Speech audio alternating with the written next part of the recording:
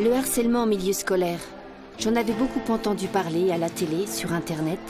Des cas d'enfants qui se suicident en laissant juste un mot d'adieu où ils révélaient être à bout et ne plus supporter d'être victimes. D'entendre toujours parler de ces cas aussi dramatiques, aussi extrêmes, j'avais fini par me dire qu'on en faisait tout un plat dans les médias pour faire de l'audience. Et puis un jour, mon frère m'a appelé pour me confier que Nicolas avait des ennuis avec un gamin dans sa classe.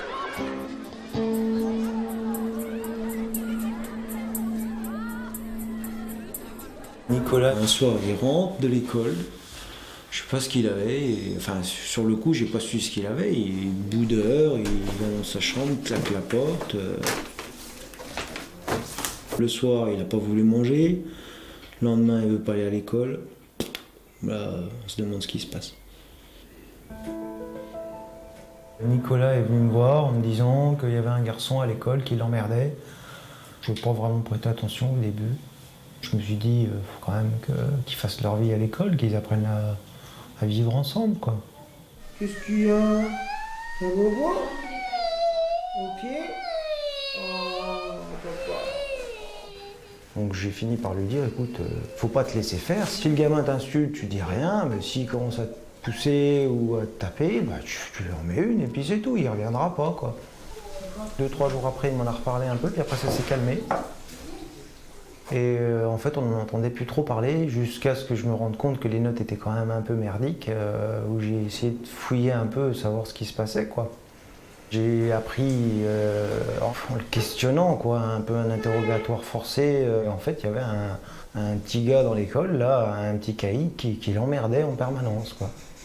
Donc c'était devenu la tête de turc de ce gars-là. Il y avait une bande de 2-3 gamins, mais il y avait un leader, les autres n'osaient pas aller plus loin que des insultes.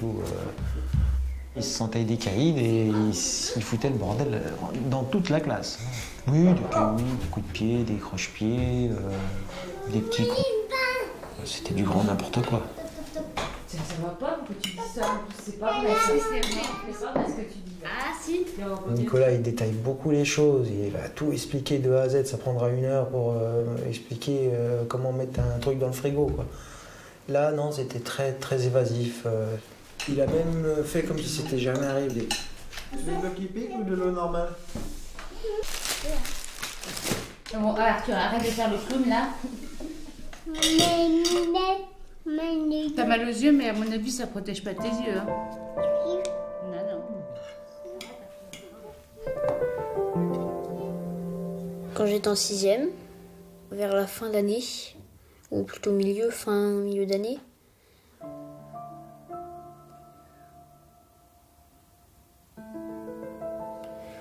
au départ, ça a commencé par exemple des mots incessants un peu chiants, dont je me souviens même pas. Après, il m'emmerdait en sortant des cours. Il me poussait. Il disait des mots du genre intello. Et après, taper pas trop. Ça dépend quoi, mais il y a des trucs, j'ai vite envie d'y oublier. Je sais qu'il va quand même continuer, mais j'en ai rien à fiche parce que je sais que je vais l'ignorer.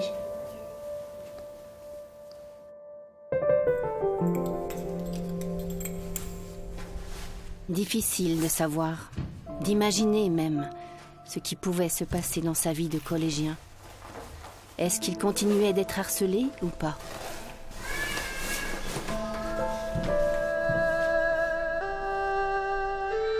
L'embêter avec cette histoire, ne serait-ce que de lui demander de s'en souvenir, on le sentait bien, le tirait vers le bas. Savoir qu'un enfant part à l'école la boule au ventre, ce n'est guère supportable. On ne pense pas au pire à ces moments-là. On cherche plutôt des solutions.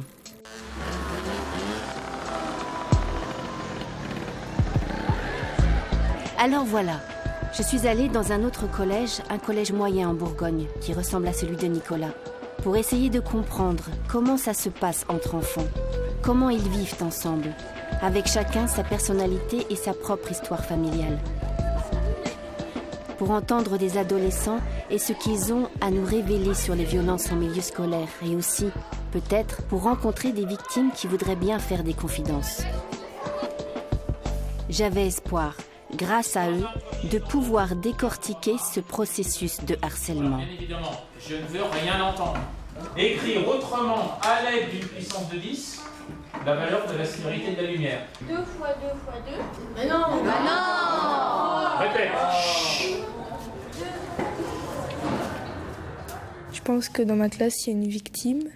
Parce que dans ma classe, il y a beaucoup de gens qui l'insultent et qu'elle vient pratiquement jamais en cours. Bah oui, dans ma classe, il y a une victime. Après, c'est tout le temps... il se prend tout le temps des taquets alors qu'il ne demande rien à personne. Il est dans son monde, il fait chez personne, mais il y a tout le monde qui l'harcèle, qui lui demande des trucs, qui lui met des taquets. Puis quand il dit non, bah il s'en prend une, quoi. Les autres disent qu'elle s'habille mal, qu'elle est grosse. Il y a une fille qui se fait insulter de chèvre. Elle est, en fait, ses cheveux ils frisent comme les chèvres. Donc c'est pour ça. Je suis arrivée en début d'année, il y a une fille qui est venue vers moi, elle me fait t'approches pas d'elle, elle pue. Fais gaffe, sinon tu veux faire comme elle. Vu que je la connais pas trop, enfin personne la connaît.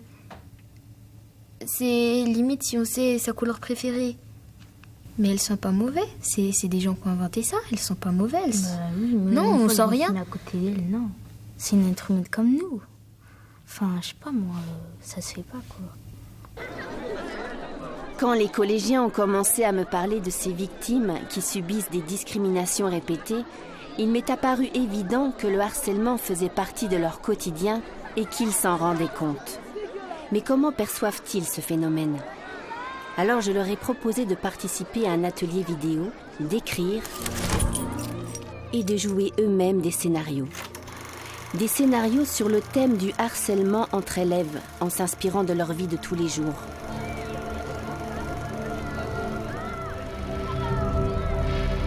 À l'évidence, ils ne sont pas indifférents à la douleur des victimes.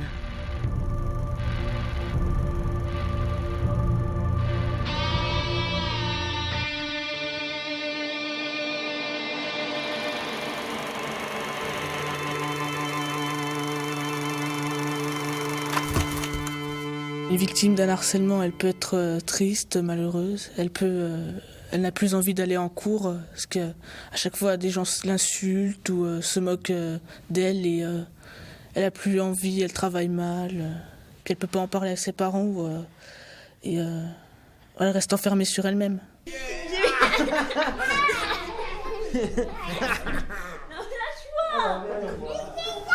Donc moi j'ai fini par péter les plombs et puis ça m'a énervé quoi. Je voulais pas que mon gamin se fasse taper en permanence, puis ça nuisait à son éducation. Tu veux te défendre? Ouais, ça m'a même miné, j'ai pensé au boulot. Ouais, on sent une perte de contrôle sur le gamin quoi, qui part dans un truc qu'on peut pas gérer. Donc là on a vraiment envie de faire quelque chose, mais on est des fois impuissant, on sait pas quoi. Donc moi j'ai failli répondre par la violence, j'ai voulu aller attraper le gamin à la sortie de l'école, lui dire qu'il arrête ses conneries quoi. Mais bon, c'était pas la solution non plus. Donc la meilleure solution c'était quand même d'aller voir la directrice et de lui expliquer la chose, de voir comment elle allait réagir aussi. Elle m'aurait dit bon maintenant on peut rien faire. Bon, là c'était sûr que le soir même j'étais en bas de l'école et puis j'attendais le gamin, hein. Ou le père.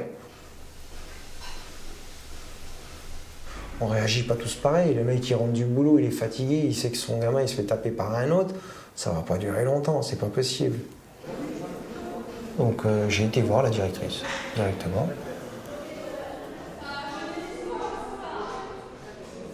Je vois arriver des parents, souvent très en colère, ayant besoin d'être reçus immédiatement, hein, souvent en amplifiant le problème, parce que très mal par rapport à leur enfant, très mal aussi par rapport à la confiance qu'ils nous portent, hein, et qui est un petit peu effacée à ces moments-là. Lui, il s'est mis à courir, donc moi j'ai voulu courir d'après, puis j'ai attrapé le cartable pour qu'il vienne devant moi. T'as été voir l'infirmière? Non, pas encore pas. Tu vas aller voir l'infirmière d'abord? Généralement, à la naissance du problème de harcèlement, c'est pas forcément la principale qui est contactée. Et souvent, le premier contact est avec la CPE. D'accord. C'est ça que tu voulais montrer? Quand le parent débarque en colère, il se demande sans doute pourquoi on n'a rien fait. Et il cherche qui est le responsable, qui est le coupable. Je suis venue en retard, il devait m'avoir 4 ans. C'est comme ça? La plupart du temps, ils attendent une sanction contre le harceleur. Et ils attendent que ça s'arrête tout net. Adrien, tu viens, Ils ont raison d'attendre que ça s'arrête. Par contre, forcément, quand les parents viennent, si c'est eux qui nous exposent le problème, si on n'a pas découvert avant, il faut un petit peu de temps. Bonjour Anthony. Il faut creuser un petit peu l'histoire de l'enfant, l'histoire de la famille, pour pouvoir réagir et leur apporter ce qui va les rassurer. Il faut qu'ils sentent que leur enfant va être en sécurité à l'école, mais que pour autant, ça ne va pas forcément passer par ce qu'ils imaginent. C'est bon? Oui. Voilà, je viens de discuter avec Madame Bonnard et elle m'a expliqué que ta maman, elle demandait à ce que tu changes de collège l'année prochaine. Est-ce que tu peux juste m'expliquer? Il n'y a pas de piège, je veux juste essayer un petit peu de comprendre ce qui se passe. Donne-moi un petit peu des exemples de ce qui s'est mal passé pour toi, puis surtout à quel moment. Parce que moi, je le découvre, tu vois, on est fin mai, et moi, je découvre que pour toi, ça va pas. Bah, ça se bagarre trop et tout, puis je me fais tout le temps frapper, donc... Toi, tu te fais frapper. T'es déjà venu en parler? Oui, on y a pensé à le changer d'école aussi. Mais bon, ça... Non, on ne pouvait pas. De toute façon, on ne pouvait pas. Donc non, on l'aurait pas fait. Mais on y a pensé, oui. Mais c'est s'échapper. Non, faut affronter la vie en face, quoi. C'est-à-dire que quand tu passes ta grille, t'as peur de ce qui peut arriver. Qu'est-ce qui te fait peur? Qu'on vienne le taper, parce qu'on m'a déjà... Parce qu'elle s'est arrivée une fois avec Dylan, t'as peur que ça recommence, c'est ça? Alors je vais te dire, partout où tu vas aller, c'est pour ça que je voulais te voir à tout prix, même si tu changes de collège, partout où tu vas aller, la seule solution pour que ça n'arrive pas, quand c'est arrivé une fois, c'est de trouver un adulte à qui en parler, puis c'est l'adulte qui va trouver avec toi une solution pour que ça n'arrive plus. Tant que tu dis rien, ça continue, aucune raison que ça s'arrête, tu vois. C'est quand on dit rien que ça continue. Toujours. Les filles, vous allez dans la cour, s'il vous plaît. Allez. Adrien, remonte un peu ton pantalon là. Allez, ça se négocie pas, il n'y a pas de négociation pour la mise en rang. On y va. Dylan, viens voir. Est-ce que tu te rappelles un petit 6e blond? Est-ce que tu te rappelles pourquoi tu t'es pris la tête avec lui? Non. Non, tu te rappelles pas. Et comment ça s'est terminé, votre prise de tête? Un peu en bagarre. Un peu en bagarre. Et à ton avis, quand il te croise, qu'est-ce qu'il se dit, lui? Il peut avoir peur. Il peut avoir peur. Et si je te dis qu'il a peur, est-ce que tu me crois? Ouais. Le mec, il était pas Bah non, parce que toi, t'as pas peur quand tu le croises. Je viens de le voir, là. En fait, quand il te croise, il voit bien qu'il se passe rien de particulier. Mais par contre, il se dit que peut-être ça va recommencer. Peut-être toi, tu peux aller le voir puis lui dire t'inquiète pas, c'est une embrouille qui est terminée. Par contre, si tu vois qu'il recule et qu'il veut pas te parler, tu laisses tomber. On est d'accord? Allez, file en rentre.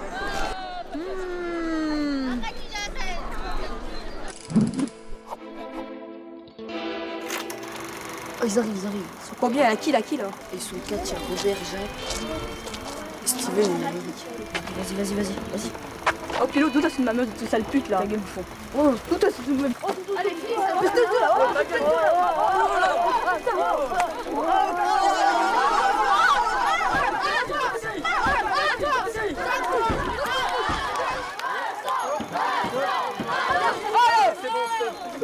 Qu'est-ce qui s'est passé là?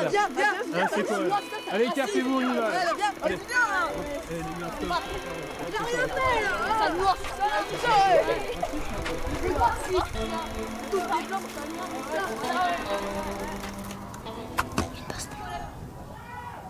Ouais, déjà là, il y en a une, je pense. Là, il y a une baston qui commence, ça se voit tout de suite.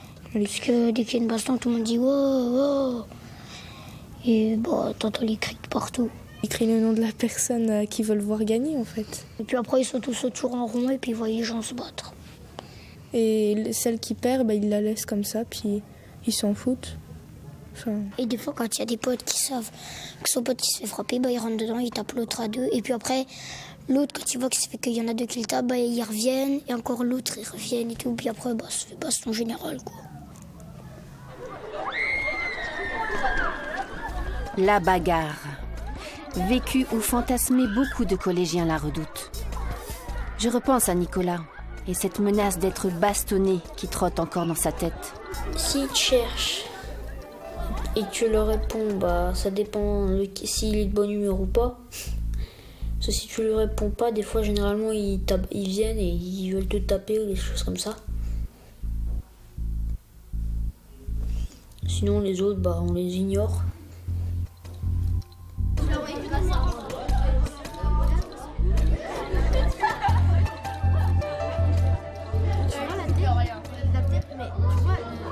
Le harcèlement abîme l'estime de soi des victimes qui ont peur de se défendre et qui, à force d'humiliation, n'envisagent même plus de se rebeller. On se calme, on joue pas de la nourriture.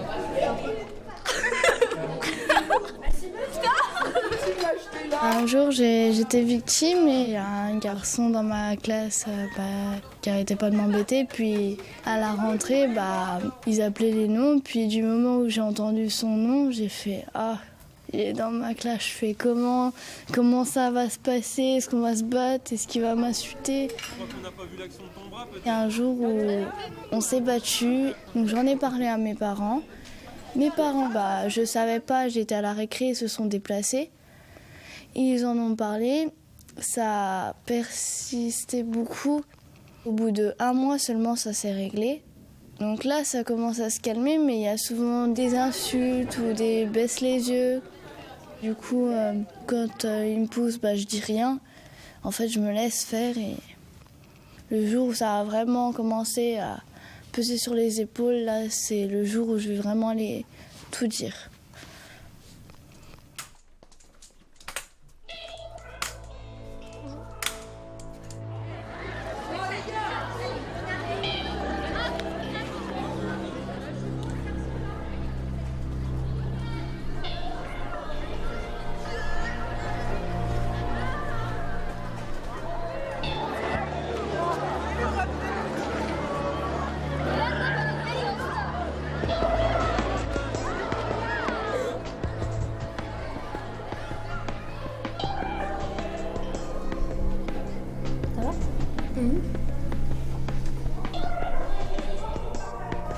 Les élèves, ils y disent pas à leurs parents des fois en fait. Ils ont peur, je pense. Ils ont peur peut-être de se faire taper parce qu'ils l'ont dit à leurs parents, que leurs parents ils ont été voir la principale. Peut-être. Si ça m'arrivait, je sais pas si je pourrais en parler. Je leur avouerais sûrement parce que j'arriverais pas à leur mentir.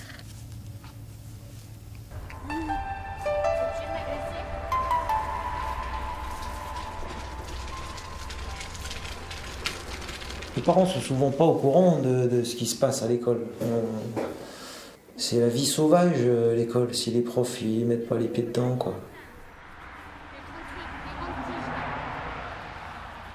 Antonin se met au sport. Et donc ce qui a fait bouger les choses, moi, c'est que les parents de l'élève en question ont été au courant. Ils lui ont fait faire une lettre d'excuse. Et je pense que le gamin a vraiment été touché plus par ses parents que par tout le reste, quoi. Parce que bon, on aurait pu lui mettre des heures de colle, ça aurait pas changé grand-chose, à mon avis. Je pense que Nicolas, comme il était premier de la classe, bon, ça devait aussi créer de la jalousie, quoi. Et en même temps, il était très bon, mais il était tout gringalet. Il était différent, quoi. Et alors, comme il bossait bien, les profs l'aimaient bien, donc ça recrée encore des jalousies envers les autres élèves. Ça met en échec scolaire. Lui qui était très bon, il a fini, il voulait être dernier de la classe, en fait, pour être comme les autres. Nico, t'étais où? Othello! Les enfants, c'est en eux, c'est la loi du plus fort. Et le plus fort, c'est pas forcément le plus intelligent. Voilà, c'est plein de petites choses qui font que les gamins, la différence entre eux. Au début de l'année, quand je suis arrivée ici,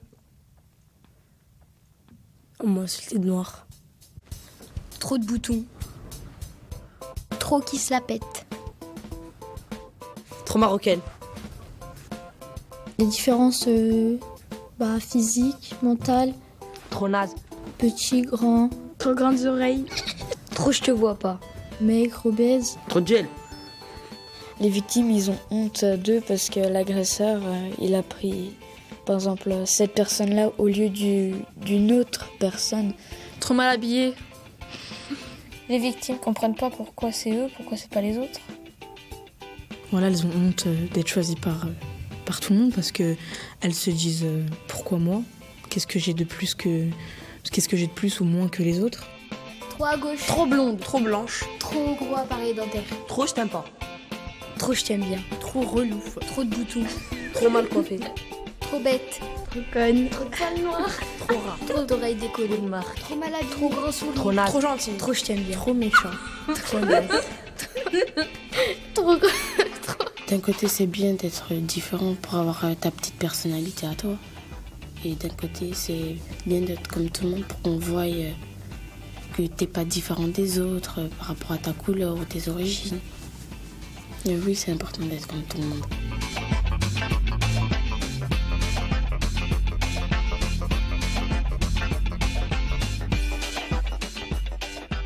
Il y a beaucoup de personnes qui ne respectent pas le règlement.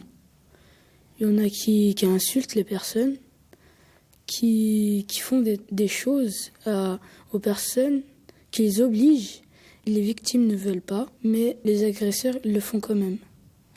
Par exemple, l'agresseur il oblige à la fille, à la victime, de l'embrasser par exemple.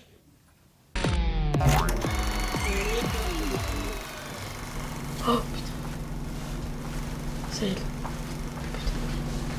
C'est pas elle qui a baisé avec eux. Oui, ça va être joli. C'est ça. C'est pareil. C'est Sarette, non? Vous êtes sûr que c'est vrai, moi? Ouais, c'est vrai, il faut arrêter. Perso, maintenant, c'est une pute, ça va pas changer. C'est ça, bien. Moi, perso, c'est une salope. Il y a trois garçons qui sont dans une autre classe et qui n'arrêtent pas de venir nous dire ouais tu veux quoi, pourquoi tu me regardes, baisse les yeux, des choses comme ça. Puis même quelquefois, une fois il nous avait dit bois la flaque là. Ouais, il nous avait dit en fait il y avait une flaque toute crade. Il y avait une flaque d'eau. Il nous avait dit ouais bois là ou de toute façon je te tape. Le harcèlement, c'est quelque chose qui existe depuis toujours.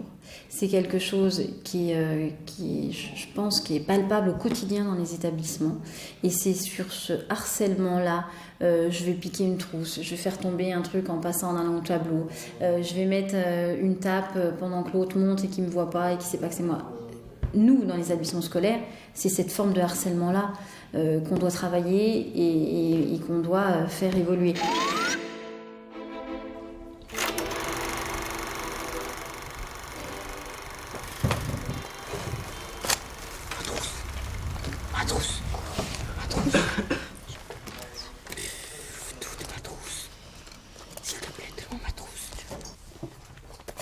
Donne-moi ma trousse, ne le jette pas. Mon agenda. Mais donne-moi mon agenda. Oh. Mais donne-moi mon agenda. Oh. Donne-moi mon agenda. Mon cartable. Donne-moi mon cartable. Donne-moi mon cartable. Je viens de mes devoirs. Donne-moi mon cartable. Bilal, tu retournes à ta place. Mais ça fait chier, c'est lui qui prend mon cartable, c'est moi qui prends. Ne réponds pas comme ça, tu retournes à ta place. Mais non, si je me donne mon cartable, après je retourne à ma place. Parce que c'est ça, t'auras 2 heures de colle. Mais non, mais c'est pas moi, mais non.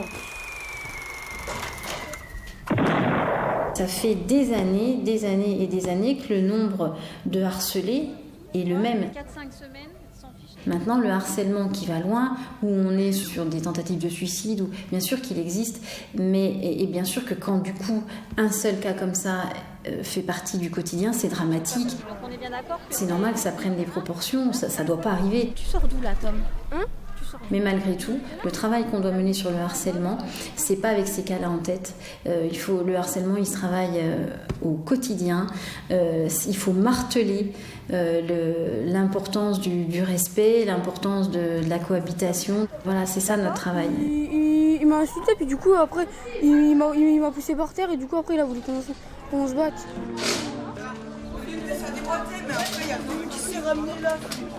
Qui sont ces harceleurs qui hantent les couloirs et la cour de récréation? Ces agresseurs qui font la loi à coups de pied et d'injures?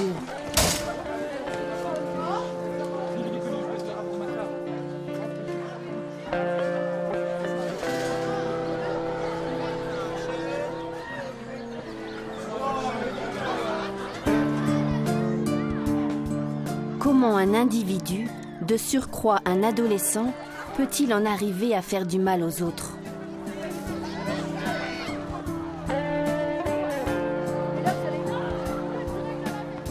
Ça s'apprend pas d'harceler, c'est dès la première fois qu'on a fait sans faire exprès qu'après on continue à y faire. Les harceleurs, ils sont pas bien dans leur tête parce que s'ils font ça, c'est qu'il y a quelque chose, qu'ils sont pas bien ou... Ils frappent sur les autres pour se soulager. Pour faire le malin devant tous les autres. Ils se sentent intéressants en fait. Je pense que ça vient d'un mal profond de lui-même. Il a trop de fierté. Il a envie de montrer à tout le monde, c'est moi qui décide, je fais ce que je veux. Alors tu t'écartes de mon chemin, sinon je te tabasse. Mais je pense qu'il sait que c'est pas bien. Mais il veut quand même y faire.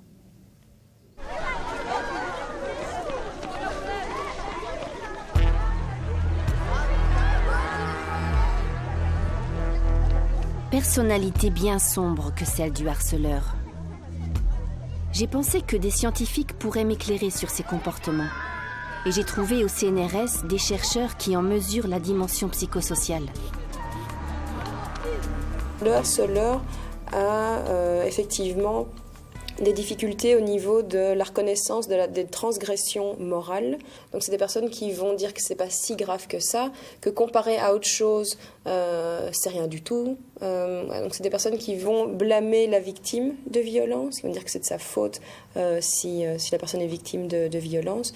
Et aussi ce qu'on appelle la diffusion de responsabilité. Donc le fait de dire j'étais pas le seul, il y en avait d'autres, il n'y avait pas que moi. Donc la plupart des études montrent que le harceleur est capable d'identifier ce que l'autre personne ressent. Par contre, il rapporte ressentir moins de compassion pour les autres personnes en général. Le harceleur, c'est celui qui aime bien un petit peu faire chier tout le monde, quoi. En restant poli, parce que il aime bien embêter les autres, parce que comme il a du monde derrière lui, il se dit voilà, il y aura personne qui viendra au moins chercher tout, donc après il se sent grand et puis les autres ils se laissent faire parce qu'ils ont guère le choix. Sinon ils se font taper. C'est peut-être pour se défouler ou c'est pas comme une drogue, mais c'est parce qu'il en a besoin, je sais pas. Mi-septembre, fin septembre, on peut déjà voir qui est plutôt harceleur, entre guillemets, ou alors qui pourrait être victime. Dans l'adolescence, on se construit, on a besoin de repères, et quand les élèves établissent leur relation avec les autres, ils aiment bien avoir une place. Il faut qu'ils gagnent leur place. Au défaut physique des situations. Et la place de harceleur, c'est une place qui se gagne. On peut faire une carrière, donc c'est une sorte de reconnaissance de la part des autres. Cyrano, lui, a un grand nez. D'accord ? Il se moque de lui-même. Là, tu es en train de te moquer de quelqu'un de la classe, ce que je t'ai interdit de faire au début d'heure. On fait semblant de se moquer de soi-même.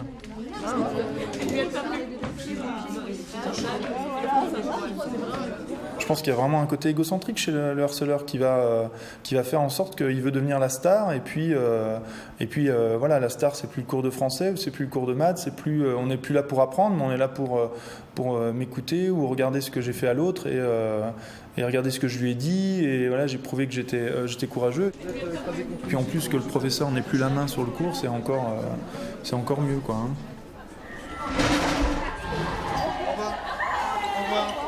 Bon appétit.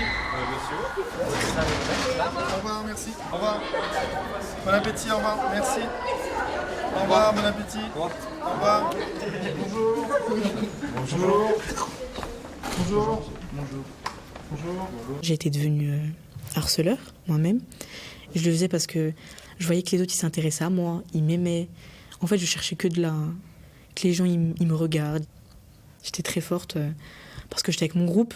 Alors je me la frimais, donc c'est moi la plus forte, je suis puissante, moi je vais vous rabaisser, etc. Au final, je le regrette et je culpabilise. Essaye de jouer Maïsam pour que nous Rafshan apprennent Ce qui m'a fait changer de bord, c'est grâce à un professeur. J'ai parlé avec lui pendant mon année de 4e. Donc il m'a fait ouvrir les yeux, il m'a dit que ça servait à rien. Et j'étais très têtue, alors je l'écoutais pas. Et au final, je me suis rendu compte qu'il avait raison. Et je le remercie beaucoup parce que c'est grâce à lui si aujourd'hui je me suis rendu compte que ça ne servait à rien que de m'acharner sur les gens. Parce que je voulais juste faire vivre aux autres ce que moi j'ai vécu. Même si je me suis excusée, que la personne a accepté mes excuses. Et voilà, mais ça reste quand même dans mon passé. On n'oublie pas. Je regrette beaucoup. C'est bien, Héloïse, laisse pas faire, hein. Apprendre à vivre ensemble, c'est se confronter aux autres. Oui. Allez, regarde ce que tu fais, Wissem. Allez, ouais. C'est qui va l'arrêter? Donne le ballon, Loïs, donne. Ah, je vais pas le donner. Pour comprendre que leurs comportements peuvent déranger ou blesser leurs camarades, les adolescents ont besoin de se tester, de ressentir la limite de l'autre. Une initiation qui n'est pas d'emblée évidente pour tous. Il y avait peut-être moyen. Les émotions complexes, comme l'empathie, par exemple, vont être produites par des structures évoluées du cerveau. Et donc ces structures évoluées, dans le développement de l'enfant, elles vont se mettre en place de façon très tardive. C'est-à-dire que d'abord, il va y avoir un développement des zones archaïques du cerveau, qui sont liées à des émotions plutôt négatives. Et puis ensuite, par apprentissage et par le développement de l'enfant, il va y avoir ces zones liées à l'empathie ou à la régulation des émotions qui vont se mettre en place, mais plus tardivement. Et c'est typiquement ce qui va faire la différence entre des préadolescents ou des enfants qui peuvent avoir un comportement beaucoup plus agressif à l'école, et puis des adolescents plus avancés en âge ou des adultes qui vont être capables de gérer leurs émotions. Il y en a, ils sont en 6e, ils ont l'intelligence d'une personne qui est en 3e. Il y en a, ils sont en 3e, ils ont l'intelligence d'une personne qui est en CE2. Il y en a, ils n'ont pas de mentalité, ils restent dans leur tête quand ils étaient jeunes. L'éducation y est pour beaucoup. On apprend aux enfants à faire attention aux autres, à prendre en compte les autres, à leur dire que s'ils font quelque chose de mal à quelqu'un, la personne peut être triste. L'entourage est là pour aider à identifier ce que l'autre personne ressent. Allez, debout sur les appuis. Voilà, là tu interviens, voilà. On lâche au sol. Et c'est bon, il lâche au sol ou pas les arbitres? Non. Faute. Il est évident qu'on ne peut pas parler du harcèlement sans travailler à la fois sur les victimes et sur les harceleurs. Et si on va plus loin, sur la collectivité, sur le groupe classe, sur le groupe collège, c'est évident qu'il faut travailler sur tout le monde. Parce que quand il y a une victime, quand il y a un harceleur, il y a des gens autour, il y a ceux qui encouragent le harceleur, il y a ceux qui sont derrière la victime qui ne savent pas trop comment se positionner, il y a ceux qui courent voir du croustillant parce que peut-être ça va se battre. Donc forcément, il faut travailler sur toute l'assemblée d'élèves. Ça me paraît important. C'est pas possible qu'un harceleur soit tout seul. Il y a toujours quelqu'un du monde derrière. Parce que sinon, après, s'il y a une histoire, comment lui il se débrouille? Il marche en bande, quoi. Il est tout le temps avec une personne. Il reste jamais tout seul. Tout le monde le connaît. Il est connu dans tout le collège. Même les professeurs le connaissent.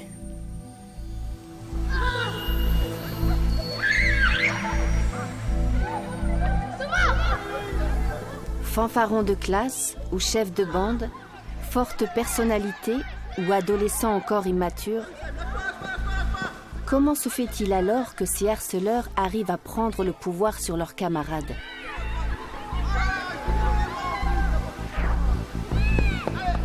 On s'est rendu compte, en psychologie sociale expérimentale notamment, qu'une motivation humaine fondamentale, c'est d'avoir une identité sociale positive.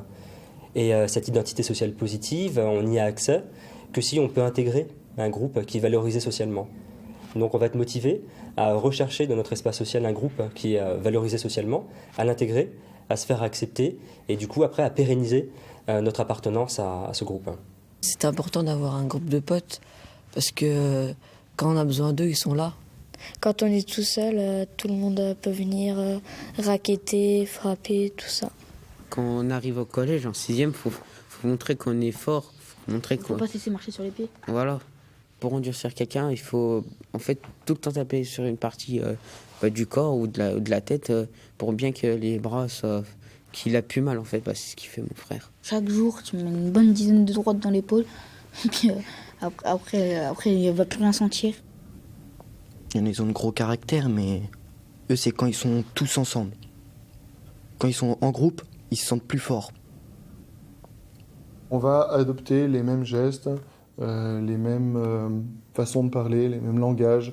C'est peut-être pour ça aussi qu'à l'adolescence, il y a une façon de parler qui est un peu différente de l'adulte, pour pouvoir montrer qu'il y a une différence aussi avec les autres groupes sociaux, et que nous, on a un système de valeurs qui est à nous, et qu'on partage ensemble et qu'on comprend.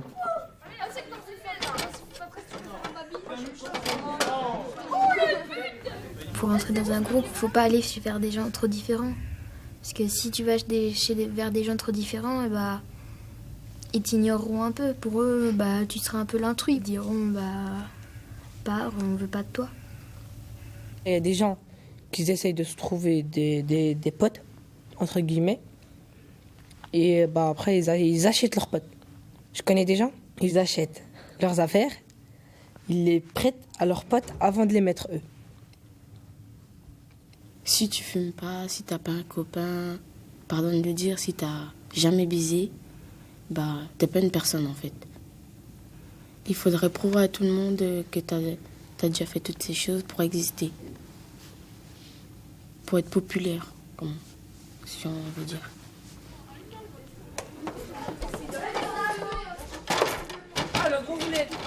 Dans un groupe où il faut avoir les cheveux coupés de telle façon, avoir la veste de telle marque, et si on ne l'a pas et qu'on n'a pas suffisamment de tempérament pour assumer le fait de ne pas l'avoir, effectivement on peut se retrouver victime. On a aussi des victimes qui sont tout le temps là, qui cherchent à avoir des camarades de manière très très maladroite. Mais ça arrive, et je pense que ça arrive plus que ce qu'on imagine.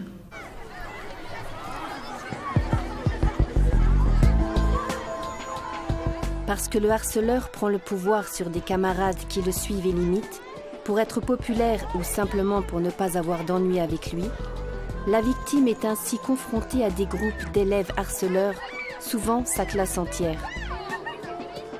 Elle en devient le souffre-douleur, le bouc émissaire.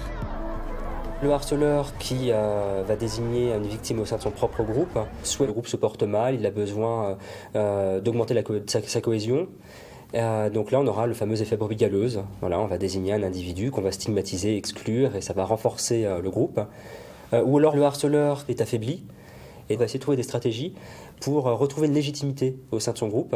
Et ça peut se faire notamment en désignant une personne qu'il faudra exclure du groupe.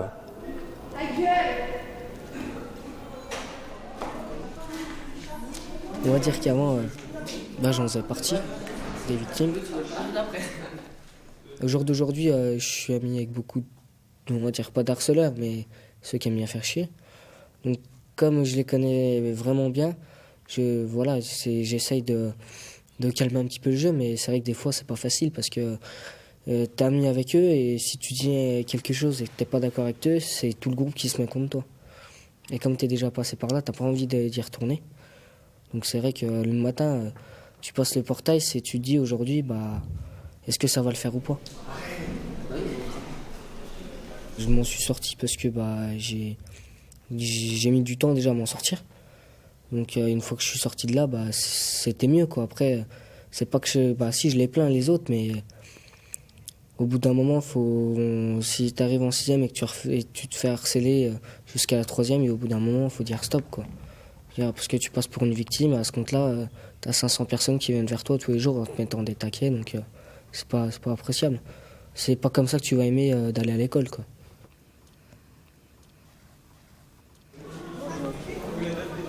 Il se peut aussi que les victimes n'arrivent pas à jouer un autre rôle finalement. Ils ne savent pas comment exister autrement. C'est triste, mais ça peut être une réalité. Et que du coup, on doit leur montrer qu'il y a du bon en eux, qu'ils peuvent redresser les épaules, qu'ils peuvent intéresser un groupe d'élèves autrement que parce qu'on peut les mettre facilement par terre. Mais ça, il faut leur apprendre.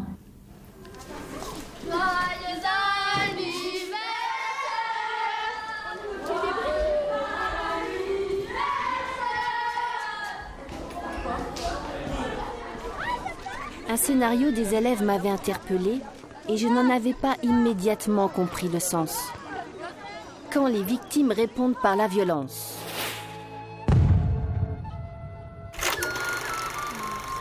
Entre harceleurs et victimes agressives, la confusion est malheureusement possible. On va travailler sur le pont et le coq. Oh, on s'en a même pas parlé à cause de toi. Oh, mais je parle si je veux, ok? On travaille sur le pont et le coq. Ouais. La femme, mais arrête. Hé, Arrête! Ah, mais ça va, pas besoin de t'énerver. Oh, si, Aïe! aïe. Tais-toi! T'es tellement nul que personne veut travailler avec toi et faire du travail avec toi. Toi, et donne-moi ton stylo. Non, arrête. Qu'est-ce que c'est? Je te jure, casse-toi. Ma feuille. C'est bon, arrête. Arrête. Parce que ta maman peut pas venir te chercher à 10h. D'être souffre-douleur, ça m'a appris à me contrôler en violence. Parce que avant j'étais bien pire, on m'insultait, je tapais direct, je parlais pas. Je lis pas. Et à force,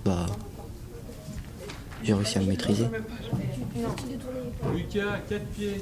Je reste dans la vulgarité, mais j'évite de taper directement pour éviter d'avoir plus de problèmes. Normalement, si je vous mets à l'ouverture des états généraux, vous devez partir. Quand j'ai été harcelée, on m'a dit des choses qui m'ont pas plu, sur mes origines, sur du racisme. Quoi d'autre? T'aimerais être normal avec tout le monde, mais tu peux pas. On dirait que t'es différent après, t'es différent des autres. Et bon, j'ai dit, je vais prendre un petit peu ma défense, je vais assumer et je vais devenir harceleuse aussi. Inès, on terminera là-dessus, vous bougez pas? Moi, j'insulte pas en fait. Vu comme moi, quand on me dit un truc de méchant et que j'arrive pas à me contrôler, soit je tape, mais quand je commence à taper, je m'arrête plus. Et c'est ça qui est dangereux pour moi.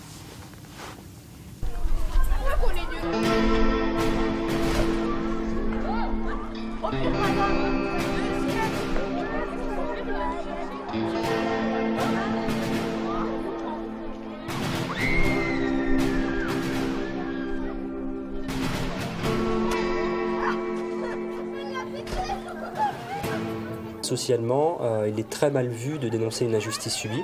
C'est aussi une motivation humaine assez importante. On est amené à considérer que le système dans lequel on vit est juste, fonctionne bien, parce que si on le considère comme injuste, ça le met en crise. Et du coup, si le système est en crise, on se doit d'adopter des stratégies pertinentes face à cette situation. Ce sont souvent des stratégies très coûteuses de dénonciation, de mobilisation, tout ça. Donc en général, on va, quand il y a injustice, rationaliser cette injustice et y trouver une raison juste. Et donc les victimes vont endosser la responsabilité des agressions subies.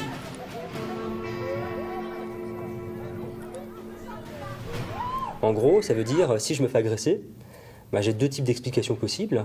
Je peux dire, voilà, le contexte scolaire est injuste, j'ai affaire à des pères agressifs et je dénonce un environnement qui fonctionne mal. Et ça, c'est sanctionné socialement, parce que ça remet en cause la structure sociale. Donc on ne veut pas que les élèves tiennent ce genre de discours-là. On a un autre discours, ce serait, j'ai été agressé parce que je ne sais pas m'insérer, parce que je ne sais pas communiquer, parce que je suis biaisé, je suis incapable de comprendre ce que les autres attendent de moi, j'arrive pas à m'insérer, je mérite. Du coup, ce que je vis. Et ça, malheureusement, c'est fortement valorisé socialement. En 6e, j'ai été victime de ma taille. Je le prends pas tellement mal, mais tout dépend des personnes. Enfin, mes amis, je sais très bien qu'ils rigolent avec moi parce que je les connais depuis pas mal d'années. Mais maintenant, ça me dérange pas parce que après c'est une habitude. À force qu'on nous appelle avec des surnoms, la naine et tout, on se reconnaît direct. Et puis voilà, c'est comme... voilà, quoi. Avec le temps, on est obligé d'accepter comme on est et je suis pas fait pour plaire aux autres. Au final, le collège, c'est comme un grand théâtre, tout le monde joue des rôles. Moi, au collège, je joue plus le rôle de celui qui n'a pas peur de faire si, par exemple, si mes amis disent « Oh, moi je dis pas comme de faire ça, je vais y faire ». Au fond de moi, j'ai envie d'être quelqu'un qu'on aime bien, qui est respecté quand même un peu.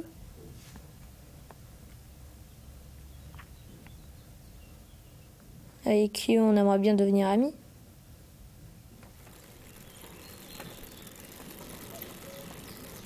j'ai rapporté à mon frère quelques conseils, mais guère de solutions pour Nicolas.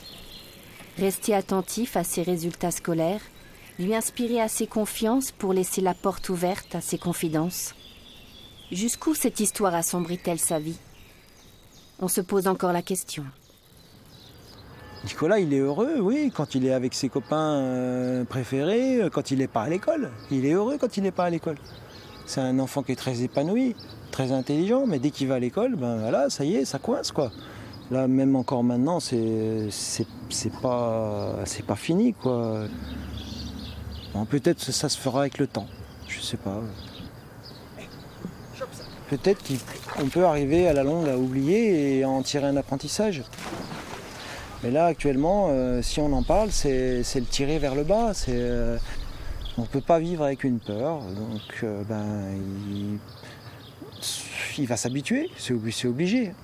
Il n'aura pas le choix, il sera obligé de s'habituer. Il faut affronter la vie, quoi. Mais c'est pas forcément facile pour tous les enfants.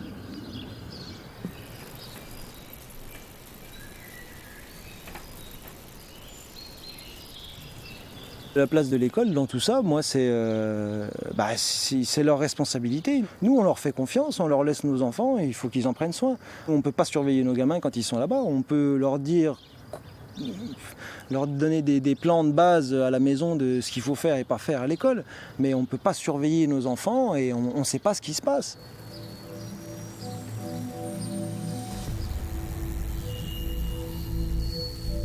Mais rendez-vous compte, il y a 3 ans, on ne parlait pas du harcèlement du tout en France. On n'en parlait pas. Bon. Maintenant, il y a une sensibilisation qui est de plus en plus forte. Depuis juillet 2013, il y a dans la loi de refondation de l'école une obligation pour toutes les écoles, c'est la loi, de mettre en place un programme de prévention et un programme de traitement du harcèlement à l'école. Bon. On a beau dire, pour un sujet dont on ne parlait pas il y a 3 ans, arriver à une loi en 2 ans, il y a bien des pays au monde qui nous regardent assez épaté. Un des acteurs essentiels, si on veut faire baisser le nombre d'élèves harceleurs, c'est de travailler sur les témoins en général. Les élèves harceleurs sont des élèves qui ont besoin d'un public. Un public qui pense que ce qu'ils font est intéressant. Bon. Donc il faut d'abord que ce public, les pairs si vous voulez, soit un public donc, qui au contraire pense que non, ça n'est pas intéressant et que ça n'est pas supportable. Et puis il s'agit de renforcer en fait un autre rôle qui est le rôle des témoins protecteurs, des témoins actifs si vous voulez, mais actifs dans la protection. Les collégiens m'avaient parlé de ces élèves, ni victimes, ni harceleurs, ni spectateurs malveillants, et qui, de toute évidence, agissent eux aussi sur le processus de harcèlement.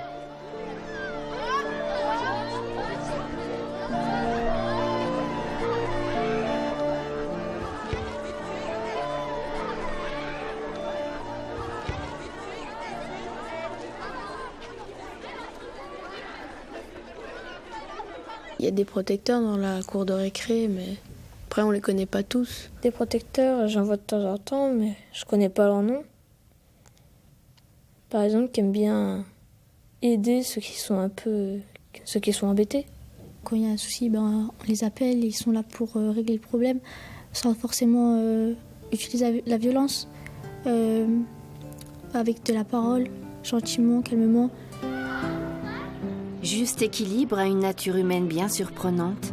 Peut-être que derrière tous ces visages de collégiens se cache en fait un protecteur qui sommeille encore.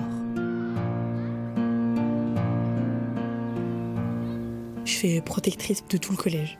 Même les personnes avec qui je m'entends le moins, s'il se passe quelque chose, je vais venir m'en mêler, m'imposer et je vais essayer de régler le conflit. Pas en criant forcément, en s'expliquant tout d'abord avec les 2 personnes. Et si je vois que ça ne se règle pas, je vais voir la CPE. Et ensuite, j'essaye de dialoguer avec elle, etc. pour trouver des solutions pour que ça s'arrange. Je décide d'intervenir quand il commence à en venir aux mains ou quand la personne en question, elle pleure. Parce que je ne vais pas tolérer une personne qui pleure, elle est toute seule.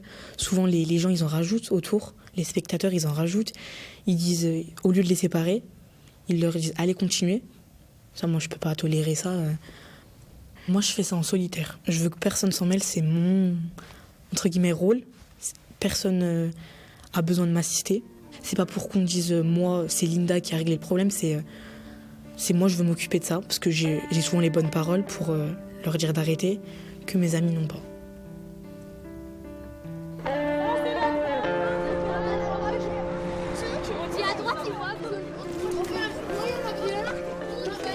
Que l'on soit adolescent ou adulte, notre nature humaine compliquée piège nos comportements de vie en société.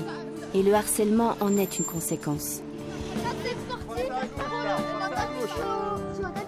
Apprendre à vivre ensemble, devenir tolérant, respectueux, assez en tout cas pour trouver sa place en société, ce n'est pas simple, mais c'est un passage obligé de l'enfance.